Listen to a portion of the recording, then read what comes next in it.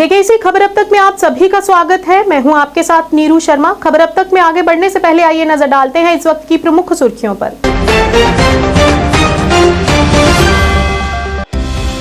उपराज्यपाल मनोज सिन्हा ने आज कुपवाड़ा दौरे के दौरान की पत्रकारों से बात। बताया सर्वेक्षण पूरा होने के बाद कुपवाड़ा रेल कनेक्टिविटी से जुड़ जाएगा।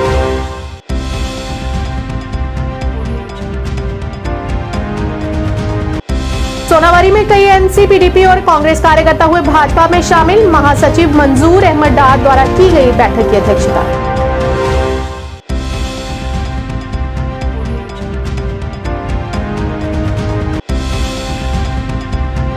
वेद मंदिर रामफला जम्मू में क्षेत्रीय वैदिक सम्मेलन का किया जा रहा आयोजन। पहली बार 200 से अधिक वैदिक विद्वान देश के कोने कोने से यहां पधारे।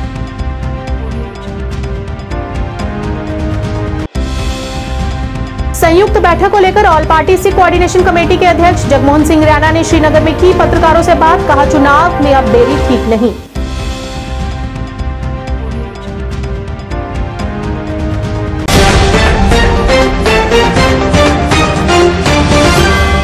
अब समाचार विस्तार से। उपराज्यपाल मनोज सिन्हा ने आज कुपवाड़ा दौरे के दौरान पत्रकारों से बात करते हुए कहा कि जिले के सभी गांवों को सड़क से जोड़ा जाएगा और सुदूर इलाकों तक बिजली की आपूर्ति की जाएगी और यहां निर्माण कार्य भी चल रहा है और सर्वेक्षण पूरा होने के बाद कुपवाड़ा रेल कनेक्टिविटी से जुड़ जाएगा। और प्रधानमंत्री आवास योजना के तहत 9000 से अधिक लोगों को 5 मरले के प्लॉट भी वितरित किए गए। इस दौरान उन्होंने अन्य भी चल रही परियोजनाओं की जानकारी साझा की। पिछले 3 वर्षों में कुपवाड़ा ने नए उत्साह के साथ विकास के रास्ते पर काफी लंबा सफर तय किया है।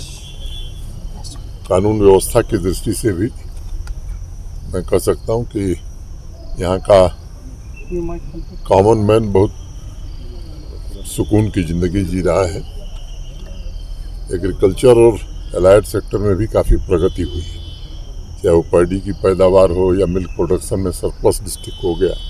वॉलनट की प्रोडक्शन भी काफ़ी अच्छी हुई है और होलिस्टिक एग्रीकल्चर डेवलपमेंट प्लान जो बनाया है जम्मू कश्मीर प्रशासन ने, उसमें इस बात पर काफ़ी ध्यान दिया जाएगा कि हाई डेंसिटी प्लांटेशन हो और 70% आबादी जो एग्रीकल्चर और एलाइड एक्टिविटी में जुड़ी है उसका जीवन सुखमय हो। इंफ्रास्ट्रक्चर की अगर मैं बात करूं तो रोड के मामले में भी 2001 के सेंसस के आधार पर सभी गांव कुपवाड़ा जिले के रोड से जोड़ दिए गए हैं, रोड कनेक्टिविटी दे दी गई। 2011 के सेंसस के आधार पर 8 गांव बचे हैं जिन्हें प्राथमिकता के आधार पर जोड़ दिया जाएगा।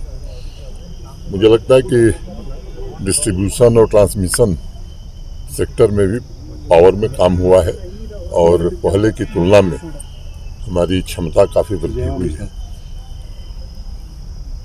टूरिज्म की दृष्टि से भी इस जिले में सुनियोजित ढंग से काम हो रहा है, जिससे गत वर्षों की तुलना में काफ़ी संख्या में टूरिस्ट यहाँ आया है। सामान्य तौर पर जो मुख्य रूप से एक मेडिकल कॉलेज नया प्रारंभ हो गया है, जो बहुत ही वंचित इलाके थे सुदूर के, जहाँ जाना मुश्किल रहता था, 6 महीने जो बंद रहते थे और जिन्होंने कभी उजाला नहीं देखा था, ऐसे स्थानों पर भी बिजली पहुँचा दी गई है। सड़क, बिजली और जल जीवन मिशन का काम काफ़ी तेज गति से इस जिले में शुरू हुआ है और हर पंचायत या हर गांव तक, हर घर तक नल से जल की योजना 31 दिसंबर तक पूरी कर ली जाएगी। मोटे तौर पर 70% से ज़्यादा काम हो गया है।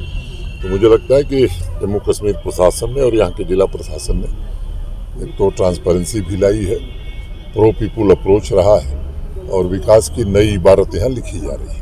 प्रधानमंत्री आवास योजना में 9000 से ज़्यादा लोगों को यहाँ आवास दिए गए हैं। उसमें ऐसे एलिजिबल लोग जिनके पास अपनी ज़मीन नहीं है, उन्हें प्रशासन ने 5 मरला ज़मीन उपलब्ध कराई है। तो ऐसा कोई भी व्यक्ति जो एलिजिबल है प्रधानमंत्री आवास योजना के लिए, उसकी अपनी ज़मीन नहीं है, तो जम्मू कश्मीर प्रशासन उसे 5 मरला जमीन। भारतीय जनता पार्टी ने बांदीपुरा जिले के ईदगाह मोहल्ला मधवान क्षेत्र में कार्यकर्ताओं की बैठक का आयोजन किया। इस बैठक की अध्यक्षता भारतीय जनता पार्टी के जिला महासचिव मंजूर अहमद डार द्वारा की गई। इस बैठक में अन्य वरिष्ठ नेता सहित नेशनल कॉन्फ्रेंस, पीडीपी और कांग्रेस के कई कार्यकर्ता पार्टी नेता मंजूर अहमद डार की उपस्थिति में भारतीय जनता पार्टी में शामिल हुए। इस मौके पर मंजूर अहमद डार ने पार्टी में नए लोगों का स्वागत करते हुए कहा कि इन लोगों के पार्टी में शामिल होने से पार्टी को मजबूती मिलेगी।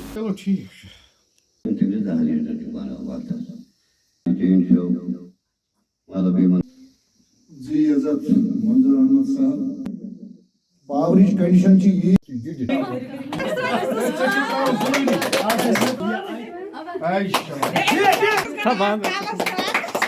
भारतीय जनता पार्टी चलो आज भारतीय जनता पार्टी का दामन थामा है और हम अपनी पार्टी की तरफ से इनको अप्रिशिएट करते हैं कि इन्होंने आज बहुत अच्छा डिसीजन लिया है कि पार्टी का जो दामन थामा है। और एक्सपेक्टेशन है कि आने वाले जो समय में इलेक्शंस होने जा रहे हैं, सबसे पहले अगर हम देखेंगे यूएलबी इलेक्शनों की बात चल रही थी काफ़ी अरसे से, या पंचायतों के बात चल रही थी काफ़ी अरसे से, तो उसके रिगार्डिंग हमने 2022 में एक यहाँ पे एक लेटर डाली थी अर्बन लोकल बॉडीज़ की जो हमारी डायरेक्टर है, उनसे हमने एक लेटर दी कि तब तक इलेक्शन नहीं होना चाहिए यहाँ पे यूएलबी के और पंचायतों के, जब तक यहाँ पे फिर से दोबारा डिलिमिटेशन नहीं हो जाएंगी। कुछ हल्के ऐसे हैं जहाँ पे मतलब वोटर्स की किसी वार्ड में ज़्यादा तादाद है और कहीं पे कम है, तो हम इस विषय पे उनके साथ पहले भी बात कर चुके हैं कि सबसे पहले आप इसको ठीक कर दीजिए, उसके बाद यूएलबी के इलेक्शंस होना चाहिए और या पंचायतों के इलेक्शन होना चाहिए। तो उसी माध्यम आज हमने अपने मतलब इस सोनावारी की कॉन्स्टिट्यूंसी मधवन के इलाके में ये प्रोग्राम ऑर्गेनाइज़ किया है कि बूथ लेवल से जो हमारे प्रोग्राम्स हैं हम उनको करते हैं और कंटिन्यूसली जो हमें 3 अक्टूबर से लेकर 10 अक्टूबर के तक जो प्रोग्राम्स दिए गए पार्टी की तरफ से, लाभार्थी किन लोगों को लाभ मिला था या मरीज असिस्टेंस की बात करें किन लोगों, उस विषय पर भी हमने बात की है। क्योंकि अभी जो 2023 चल रहा है कि सारी जगहों पे पार्टी की तरफ से हमें आदेश दिया गया है कि आपको कैसे ये प्रोग्राम पार्टी के हाईलाइट करने हैं, अपने वज़ीर आज़म के प्रोग्राम कैसे हाईलाइट करने हैं, तो इसी विषय पे हमने यहाँ पे इनके साथ आज बात की है। क्षेत्रीय वैदिक सम्मेलन का आयोजन 6 अक्टूबर से 8 अक्टूबर तक महाराजा प्रताप सिंह वेद विद्यालय वेद मंदिर अम्फला जम्मू में आयोजित किया जाएगा।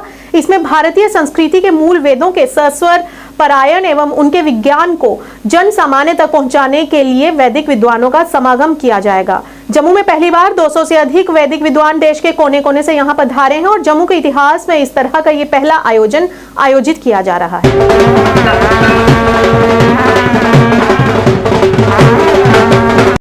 200 से ज़्यादा वैदिक विद्वान भारत के कोने कोने से आए हैं। पहली बार इतना बड़ा आयोजन वेद मंदिर अम्फला के संयोजन से यहाँ पर हो रहा है। वेद के हमारे 4 वेद हैं, उनके अनेक शाखाएं और कई शाखाएं जो लुप्त हो चुकी हैं, जिनका मात्र एक ब्राह्मण उच्चारण करवाने वाला है, वो भी यहाँ पहुँचे हैं। ये जम्मू का बहुत बड़ा सौभाग्य है कि यहाँ पर ऐसा कार्य हो रहा है। 200 से ज़्यादा विद्वानों का यहाँ आना सचमुच हमारे प्रांत के लिए एक बहुत बड़ा उपहार है और मेरा दृढ़ विश्वास है जहाँ वेद का एक मंत्र भी लिया जाता है वहाँ खुशहाली उत्पन्न होती है और हमारे प्रदेश में इस 3 दिवसीय कार्यक्रम के बाद निश्चित रूप से शांति आएगी। All party Sikh coordination committee के अध्यक्ष जगमोहन सिंह रैना ने श्रीनगर में पत्रकारों से बात करते हुए अभी हाल ही में हुई सर्वदलीय बैठक की आलोचना की। उन्होंने कहा कि वे स्थिति को सामान्य करने की कोशिश कर रहे हैं या अपने ही व्यक्तिगत मुद्दों को लेकर इस महीने की 10 तारीख को प्रदर्शन करेंगे। और इस दौरान उन्होंने ये भी कहा कि अब सरकार को चुनाव में देरी नहीं करनी चाहिए क्योंकि इसमें अब तक काफी देर हो चुकी है। उन्होंने कहा कि अब कश्मीर में स्थिति सामान्य है और अर्थव्यवस्था भी बढ़ रही है। कश्मीर में धरना लगाएंगे, पर मैं इनसे ये कहूँगा कि इन सब चीज़ों से कुछ होने वाला नहीं। आप लोगों का पॉलिटिकल प्रोग्राम क्या है उस पर बात करिए। आप तो खाली एक हमेशा वही सियासत करते हैं जिसमें सिचुएशन को यहाँ किस तरीके से डिस्टर्ब किया जाए, जो यहाँ के माहौल के लिए ठीक नहीं है। बड़ी मुश्किल से यहाँ का माहौल जो है किसी हद तक ठीक है, लोग अपने कामकाज और अपनी ज़िंदगी को यहाँ चला रहे हैं। लेकिन अगर इस तरह की पॉलिटिकल एक्टिविटीज़ जहाँ की प्रोवोकेशन आप पब्लिक को देंगे वो सही नहीं है। आप पब्लिक के लिए काम करने की बात करिए। इलेक्शंस तो हम तो चाहते हैं कि सरकार को चाहिए, हम भी बार बार ये कह रहे हैं कि सरकार को इलेक्शन जो हैं ओवरड्यू हैं, वो यहाँ इलेक्शंस होने चाहिए। क्योंकि मुझे लगता है कि 4 साल से ज़्यादा वक्त गुजर चुका है जहाँ पॉलिटिकल एक सेटअप नहीं है और स्टेट का जाना और स्टेट का फिर रेस्टोर करना ये एक बहुत बड़ा मुद्दा है हमारे जम्मू कश्मीर के लिए।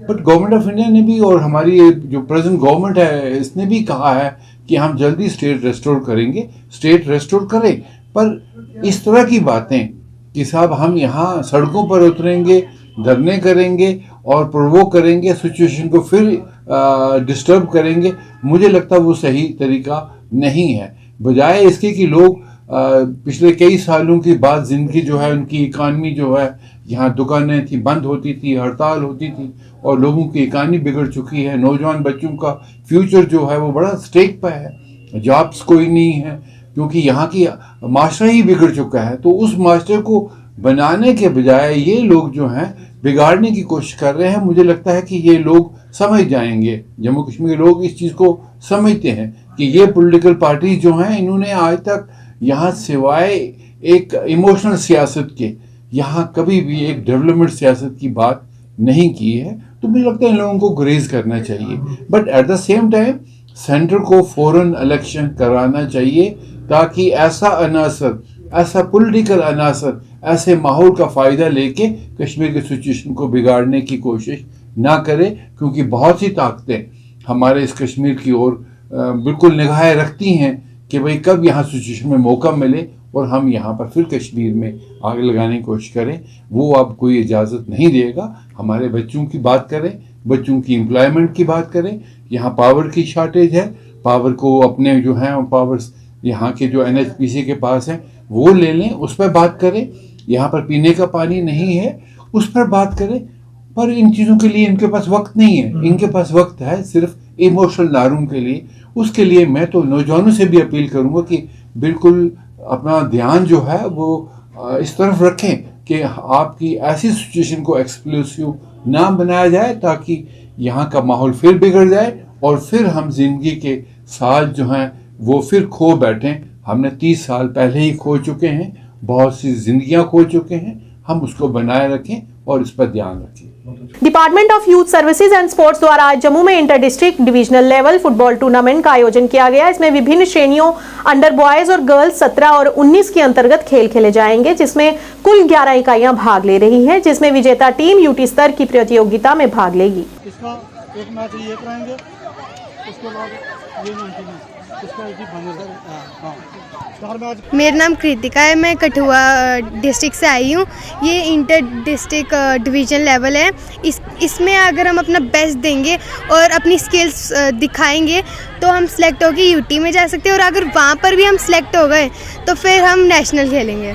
तो हम तो अपना बेस्ट देने की कोशिश करेंगे पूरी। फुटबॉल हमारे रग रग में बसता है, तो फुटबॉल तो हमारा फेवरेट है, तो हम तो उसके लिए कुछ भी कर सकते हैं।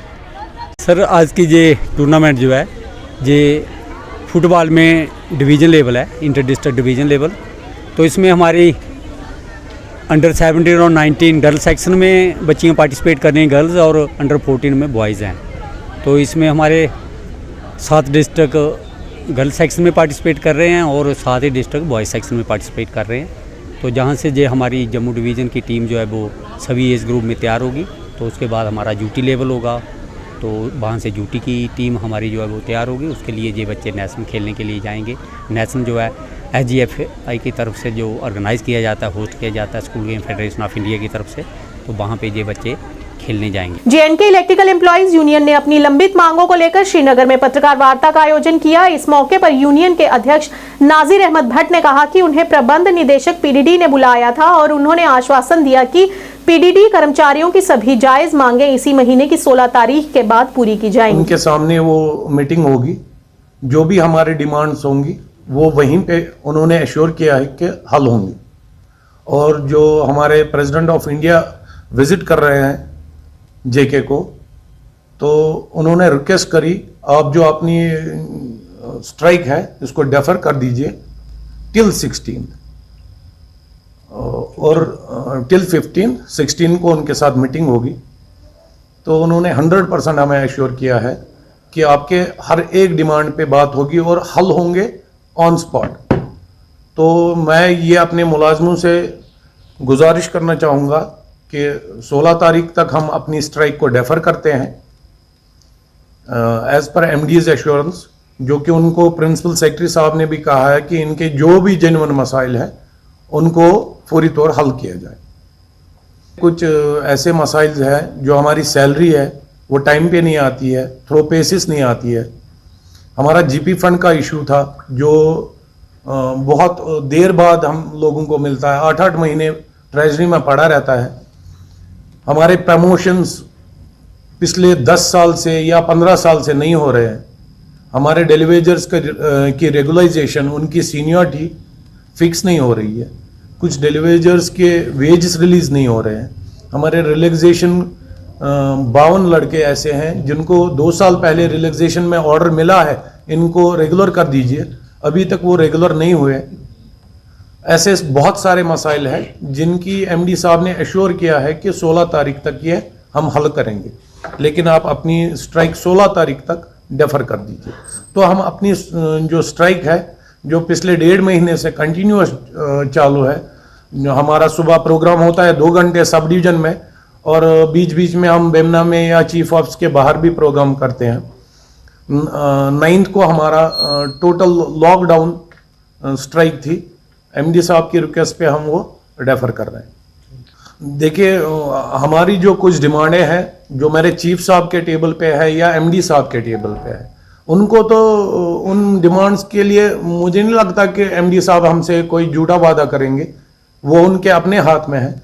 कुछ हमारी डिमांड जो हमारे प्रिंसिपल सेक्रेटरी साहब के पास है, उसमें भी एमडी साहब ने एश्योर किया है, और प्रिंसिपल सेक्रेटरी ने भी बुलावा भेजा है कि आप हमसे मिलिए, जो भी आपकी डिमांड है, जेन्युइन डिमांड है, वो हल करेंगे।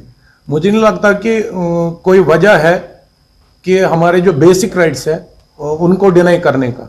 अगर अब डिनाई होती भी है तो हम ऑन रोड होंगे, हम किसी चीज से भी गुरेज नहीं करेंगे। इवन अगर पावर स्ट्राइक तक करनी पड़ी वो भी हम करेंगे।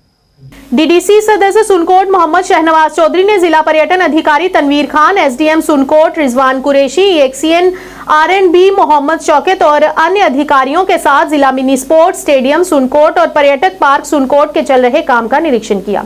पत्रकारों से बात करते हुए उन्होंने जानकारी देते हुए कहा कि उन्होंने सुनकोट के लिए 2 महत्वपूर्ण परियोजनाओं खेल स्टेडियम और पार्क को मंजूरी दी है, और कहा कि उन्हें ये बताते हुए खुशी हो रही है कि स्टेडियम का काम सभी सुविधाओं के साथ अंतिम चरण में है।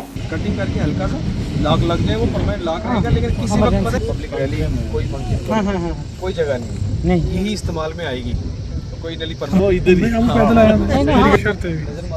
ध्यान में आई जाएंगे। तो एक ही गेट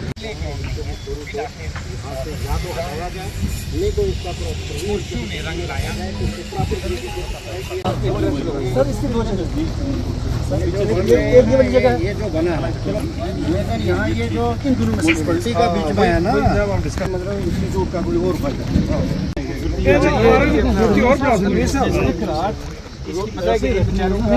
इन विचारों को चलता सर, वैसे नहीं रखना, ये हमारी इसको कल्चर हेरिटेज इसको और खूबसूरत बनाना।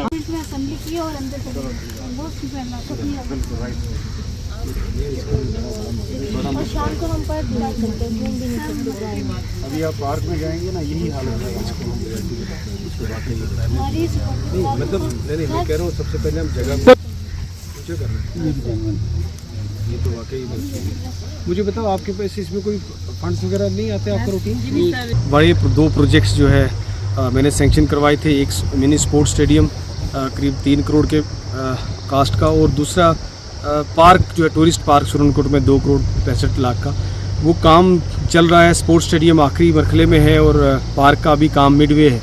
तो वही काम की देखने के लिए उसकी क्या प्रोग्रेस है, काम की क्वालिटी को चेक करने के लिए आज इंस्पेक्शन करने आए थे। मैंने अपने साथ डिस्ट्रिक्ट एडमिनिस्ट्रेशन के लोग भी सारे लाए थे, और आज हमने इंस्पेक्शन की है और सेटिस्फैक्ट्री काम है काफ़ी हद तक। और क्या चीज़ें चेंज करने की ज़रूरत है वो डिपार्टमेंट को और कंट्रैक्टर्स को कहा है काम करने की। तो ये एक सुरनकोट के लिए बहुत बड़ा तोहफा होगा, और मुझे उम्मीद है कि सुरनकोट की यूथ और सुरनकोट के लोगों को आने वाले दिनों में इससे बहुत बड़ा फ़ायदा होगा। बल्कि जो टूरिस्ट पार्क इतनी खूबसूरत जगह, अगर आप देखेंगे व्यू इतना खूबसूरत है, ये वैली में ये बहुत खूबसूरत पार्क बनेगा, और इसको हम और भी इसमें डीपीआर बनवाएंगे ताकि इसमें लेक हो, इसमें अच्छी और फैसिलिटीज़ हों, ताकि इस पार्क में दूर दराज इलाकों से भी लोग जो है टूरिस्ट यहाँ पे आए।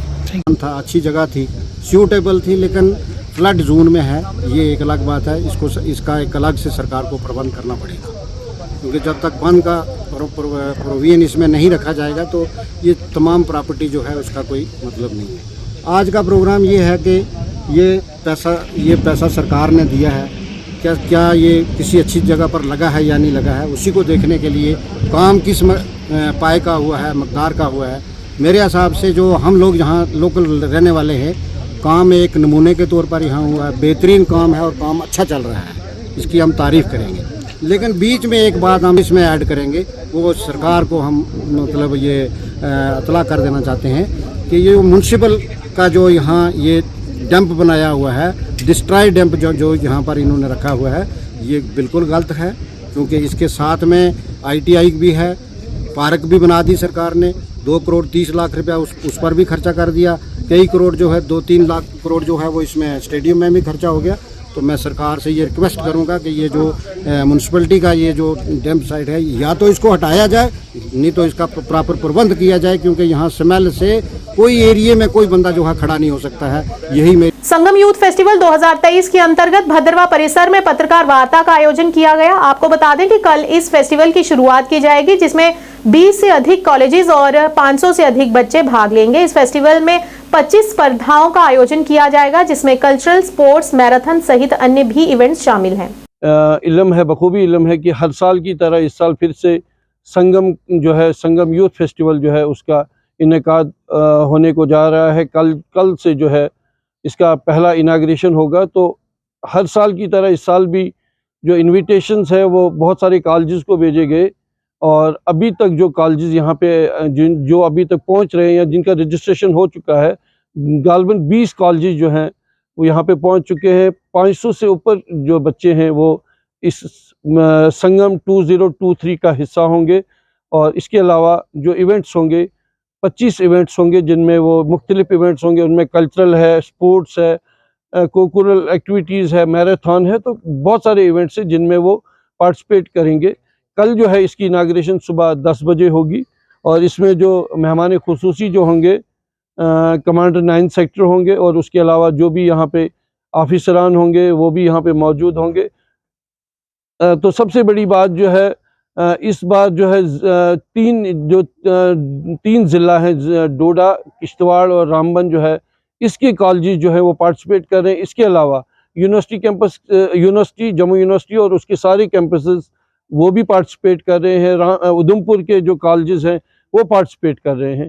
तो गर्ल्स जो है, गर्ल्स और बॉयज़ जो है, एक बहुत बड़ी जो खुशाइन बात है, आगे पीछे देखा जाता था कि बॉयज़ का फिगर जो है वो ज़्यादा रहता था गर्ल्स के मुकाबले में, लेकिन इस बार जो फिगर है, अगर 250 बॉयज़ आ रहे हैं तो 250 ही गर्ल्स आ रही हैं। तो कहीं ना कहीं एक खुशाइन बात है। गर्ल्स पार्टिसिपेशन जो है जो एक बराबर फिगर जो आ रहा है, तो गर्ल्स पार्टिसिपेशन जो है वो भी अच्छे नंबर्स में आ रहा है। तो मुझे लगता है कि ये एक बहुत बड़ा संगमील है इस खित्ते में, क्योंकि आपको बखूबी इल्म है कि संगम जो है यूथ फेस्टिवल, ये एक बहुत बड़ा फेस्टिवल अब माना जाता है स्टेट का। और आपको बखूबी इल्म है कि कम्पिटिटिव एग्ज़ाम्स में इसका एक क्वेश्चन भी आया था कि जो संगम यूथ फेस्टिवल है वो कहाँ पे इनेकाद होता है। तो यही मेरा आप सबसे गुजारिश रहेगी कि इसको पूरा जो है एक आप जैसे भी पहले भी हमारे साथ एक शाना बशाना एक फैमिली की तरह हम काम करते रहे हैं। आज तक जो मीडिया का रोल है, जो रोल मीडिया का भद्रवा में है, एक पॉजिटिव रोल, मुझे लगता नहीं कि और किसी एरिया में जितनी पॉजिटिव चीज़ें, चाहे टूरिज़्म हो, हर चीज़ को यहाँ पे ये प्रमोट किया जाता है मीडिया के हवाले से, चाहे टूरिज़्म हो, चाहे यहाँ लेवेंडर हो, बाकी है। और मैं चाहूँगा कि जिस तरह बाकी चीज़ों को यहाँ पे हाईलाइट किया जाता है, तो उम्मीद है कि हम सब मिलकर इस संगम 2023 को भी कामयाब करने में अपना पूरा योगदान देंगे।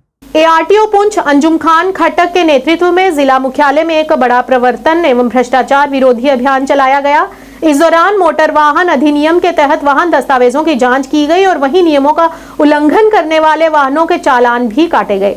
इस मौके पर लोगों को यातायात नियमों के बारे में जानकारी दी गई। इस अभियान का मुख्य उद्देश्य सुनकोट शहर में अवैध पार्किंग की जांच करना, वाहनों में ओवरलोडिंग और पहाड़ी सड़कों पर किसी भी अप्रिय घटना से बचने के लिए यातायात नियमों का पालन करने के लिए चालकों के बीच जागरूकता पैदा करना रहा।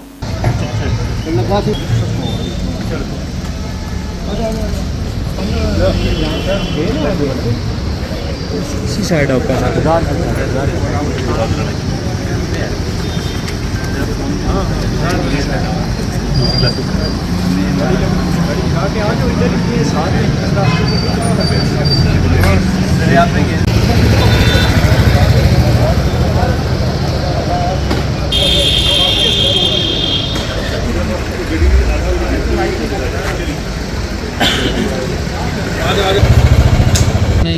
एनफोर्समेंट कम अवेयरनेस प्रोग्राम सुरनकोट में चलाया है, क्योंकि सुरनकोट मार्केट में बहुत शिकायत थी कि यहाँ पे पार्किंग होती है, इलीगल पार्किंग होती है, वो ट्रैफिक केओस बन जाता है, कंजेशन बन जाती है। उसको लेकर थोड़ा सा हम टूर कर रहे हैं, ज़्यादा अवेयर ही कर रहे हैं लोगों को कि सीट बेल्ट डाल के चलें, इलीगल पार्किंग मत करें आगे पीछे।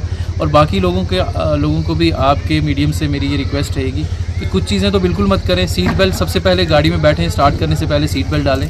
और उसके बाद ये है कि फ़ोन बिल्कुल यूज़ मत करें गाड़ी चलाते हुए, तो आके अपनी सेफ्टी भी है और बाकी पैसेंजर्स की और बाकी गाड़ी वालों की भी सेफ्टी है इसमें।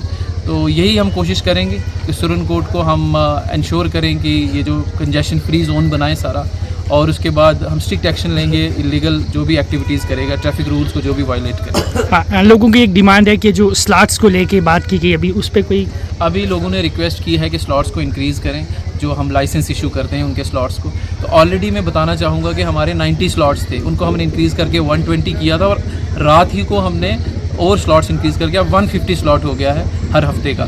और इसमें थोड़ा मैं और अवेयर करना चाहूँगा कि हमने वेडनेसडे का फिक्स किया है, हमने ट्रायल लेने के लिए लाइसेंसेस के लिए, चाहे वो हैवी हो या लाइट व्हीकल का हो। वेडनेसडे को हम ट्रायल लेंगे और थर्सडे को हमारी फ़िटनेस है, तो जिसने फ़िटनेस करानी हो वो थर्सडे को आए। Thank you. खबर अब तक के आज के इस अंक में इतना ही। नया अंक लेकर फिर हाजिर होंगे, तब तक के लिए दीजिए इजाजत। नमस्कार।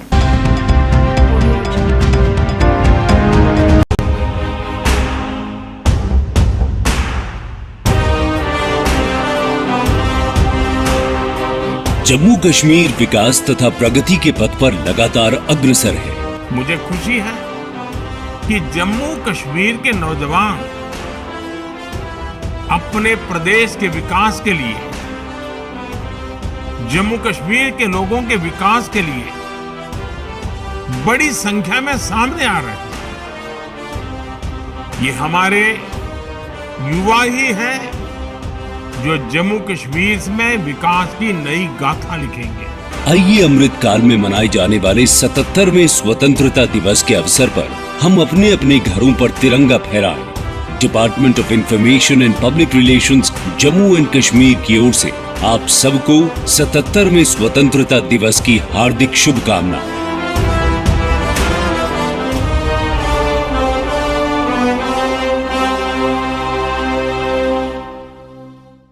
पढ़ने की आदतों को विकसित करने के लिए शहर में खोली गई एक उम्दा लाइब्रेरी, जी हाँ, सिटी लाइब्रेरी, जिसमें पढ़ने वाले बच्चों को वातानुकूलित सुविधाएं प्रदान की जाएंगी ताकि बच्चे यहाँ पर मन लगाकर पढ़ सकें और अपने भविष्य को उज्जवल बना सकें। और वही बच्चों के उज्जवल भविष्य को ध्यान में रखते हुए अपना अहम योगदान देने हेतु ही इसे शहर के बीचों बीच कच्ची छौनी में खोला गया है। अगर आप दाखिला लेना चाहते हो तो 9419605559 पर संपर्क करें।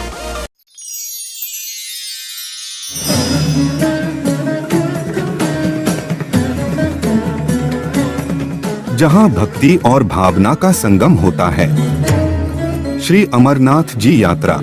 शिव शिव शिव शिव शिव शिव शिव शिव अनंत शिव। वो सब कुछ हैं, वो महादेव हैं। जहां सब शिवमय है, उस पावन धरती पर आपका स्वागत है।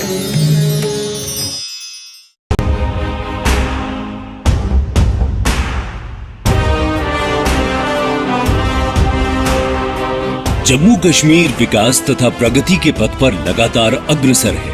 मुझे खुशी है कि जम्मू कश्मीर के नौजवान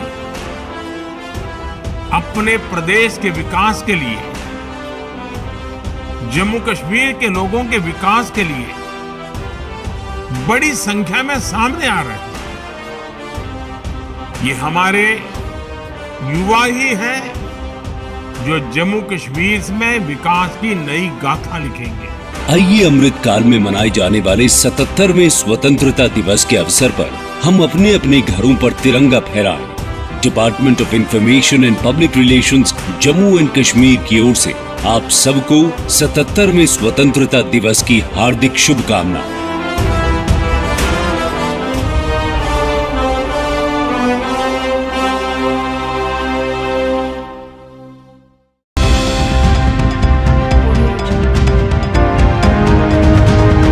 आदाब, जेकेसी न्यूज के उर्दू खबरनामे में आपका खुशामदीद। मैं हूं आपके साथ आलम खान हकला। खबरों पर आगे बढ़ने से कबल आइए नजर डालते हैं इस वक्त की अहम सुर्खियों पर।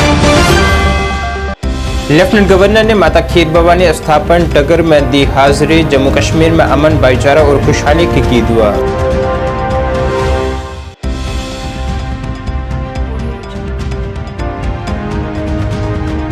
लेफ्टिनेंट गवर्नर ने कहा कुपवाड़ा के तमाम गांवों को सड़क से जोड़ा गया। कहा प्रधानमंत्री आवास योजना के तहत 9000 से ज्यादा अफराद को दिए गए 5 मरले के प्लॉट।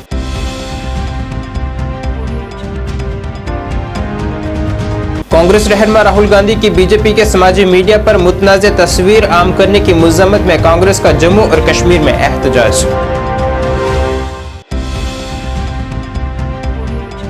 और अनंतनाग के वनाहामा में 4 अक्टूबर को जख्मी हुए नौजवान ने तोड़ा दम। इलाके में पिसरा मातम।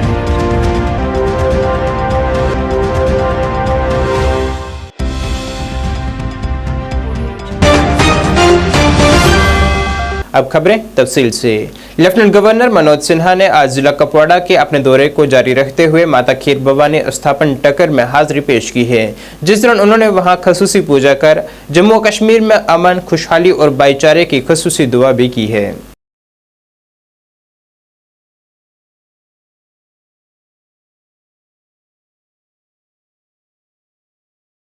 लेफ्टिनेंट गवर्नर मनोज सिन्हा ने आज कुपवाड़ा में कहा है कि जिले के तमाम गांवों को सड़क राब्ते से जोड़ा गया है और दूर दराज इलाकों तक बिजली सप्लाई को यकीनी बनाया गया है और तरक्याती काम यहां तेजी से जारी हैं। उन्होंने जानकारी दी है कि प्रधानमंत्री आवास योजना के तहत 9000 से ज्यादा उन लोगों को प्लॉट दिए गए हैं जिनके पास जमीन नहीं थी।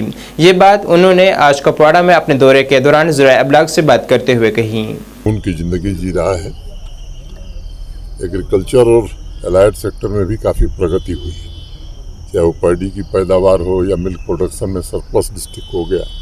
वॉलनट की प्रोडक्शन भी काफ़ी अच्छी हुई है और होलिस्टिक एग्रीकल्चर डेवलपमेंट प्लान जो बनाया है जम्मू कश्मीर प्रशासन ने, उसमें इस बात पर काफ़ी ध्यान दिया जाएगा कि हाई डेंसिटी प्लांटेशन हो और 70% आबादी जो एग्रीकल्चर और एलाइड एक्टिविटी में जुड़ी है उसका जीवन सुखमय हो। इंफ्रास्ट्रक्चर की अगर मैं बात करूं तो रोड के मामले में भी 2001 के सेंसस के आधार पर सभी गांव कुपवाड़ा जिले के रोड से जोड़ दिए गए हैं, रोड कनेक्टिविटी दे दी गई। 2011 के सेंसस के आधार पर 8 गांव बचे हैं जिन्हें प्राथमिकता के आधार पर जोड़ दिया जाएगा। मुझे लगता है कि डिस्ट्रीब्यूशन और ट्रांसमिशन सेक्टर में भी पावर में काम हुआ है और पहले की तुलना में हमारी क्षमता काफ़ी वृद्धि हुई है। टूरिज्म की दृष्टि से भी इस जिले में सुनियोजित ढंग से काम हो रहा है, जिससे गत वर्षों की तुलना में काफ़ी संख्या में टूरिस्ट यहाँ आया है। सामान्य तौर पर जो मुख्य रूप से एक मेडिकल कॉलेज नया प्रारंभ हो गया है, जो बहुत ही वंचित इलाके थे सुदूर के, जहाँ जाना मुश्किल रहता था, 6 महीने जो बंद रहते थे और जिन्होंने कभी उजाला नहीं देखा था, ऐसे स्थानों पर भी बिजली पहुँचा दी गई है। सड़क, बिजली और जल जीवन मिशन का काम काफ़ी तेज गति से इस जिले में शुरू हुआ है और हर पंचायत या हर गांव तक, हर घर तक नल से जल की योजना 31 दिसंबर तक पूरी कर ली जाएगी। मोटे तौर पर 70% से ज़्यादा काम हो गया है। तो मुझे लगता है कि जम्मू कश्मीर प्रशासन ने और यहाँ के जिला प्रशासन ने एक तो ट्रांसपेरेंसी भी लाई है, प्रो पीपुल अप्रोच रहा है और विकास की नई इबारत यहाँ लिखी जा रही है। सर, ये 5 प्रधानमंत्री आवास योजना में 9000 से ज़्यादा लोगों को यहाँ आवास दिए गए हैं। उसमें ऐसे एलिजिबल लोग जिनके पास अपनी ज़मीन नहीं है, उन्हें प्रशासन ने 5 मरला ज़मीन उपलब्ध कराई है। तो ऐसा कोई भी व्यक्ति जो एलिजिबल है प्रधानमंत्री आवास योजना के लिए, उसकी अपनी ज़मीन नहीं है, तो जम्मू कश्मीर प्रशासन उसे 5 मरला जमीन। कांग्रेस के रहनुमाओं ने श्रीनगर में आज एहतजाजी मुजाहरा किया है। ये एहतजाज उन्होंने राहुल गांधी के खिलाफ समाजी मीडिया पर मुतनाज़ बयानबाजी और उन्हें रावण के इफ्तार में दिखाए जाने की मजम्मत में किया है। कांग्रेस सीनियर लीडर निसार अहमद मंडू का कहना था कि वो अपने पसंदीदा लीडर के खिलाफ इस तरह के रवैयों को बिल्कुल बर्दाश्त नहीं करेंगे। उन्होंने कहा है कि बीजेपी को 2024 में पार्लियामानी इंतखाबात में हार का डर सता रहा है और यही वजह है कि वो इस तरह के हरबे अपना रही है। मोदी हमसे डरता है,